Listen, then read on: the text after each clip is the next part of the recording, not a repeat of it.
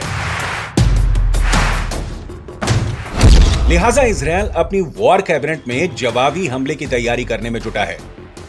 तो America Israel को रोकने के लिए भी बयान दे चुका है और ईरान किसी भी जवाबी हमले की सूरत में फुल स्केल वॉर छेड़ने के लिए तैयार बैठा है।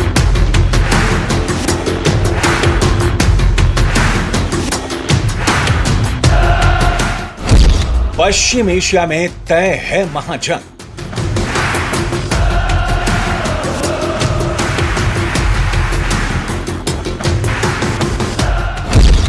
नेतन्याहू छोड़ेंगे नहीं, रईसी रुकेंगे नहीं।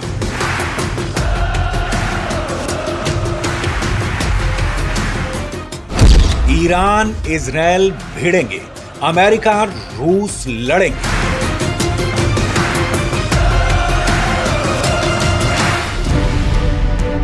अमेरिका भले ही इस युद्ध को टालने के लिए इजराइल को ईरान पर जवाबी कार्रवाई ना करने का अल्टीमेटम दे रहा है, लेकिन उसे भी पता है कि इजराइल रुकने वाला नहीं है। इजराइल की वॉर कैबिनेट में इसी पर बात चल रही है। इजराइल के कई सांसद ईरान पर जवाबी कार्रवाई करने के खिलाफ हैं। नेतन्याहू और बाइडेन के बीच रविवार को हुई बातचीत के बाद मामला अटका हुआ है, लेकिन इजराइल के वॉर कैबिनेट मंत्री ने ईरान को खुलकर बता दिया कि ये अभी खत्म नहीं हुआ है, समय आने पर माकूल जवाब दिया जाएगा। אתמול יצאה איראן למתקפה על ישראל ופגשה את עוצמתה של מערכת הביטחון הישראלית. איראן היא בעיה עולמית, היא אתגר אזורי והיא גם סכנה לישראל. ואתמול התייצב העולם באופן ברור ביחד עם ישראל מול הסכנה. ישראל נגד איראן, העולם נגד איראן. זו התוצאה. זהו הישג אסטרטגי שעלינו למנף למען ביטחון ישראל. युद्ध के बादल मंडरा रहे हैं, बिजलियां कड़क रही हैं। किसी भी वक्त ईरान और इजरायल का तनाव महायुद्ध की शक्ल अख्तियार कर सकता है। और अगर ऐसा होता है तो दुनिया को दो ध्रुवों में बंटना ही होगा। यही वजह है कि जब ईरान के रहबरे इनकलाब आयतुल्लाह सैयद अली हुसैनी खामनेई ये कहते हैं कि वो फिलिस्तीनियों को आजादी दिलाएंगे, वो यरूशलेम के मुस्लिमों को आजाद करवाएंगे, तो वो एक तरह से इस्लामिक मुल्कों को इजरायल के खिलाफ अपनी इस जंग में अपनी तरफ करने की कोशिश करते हैं।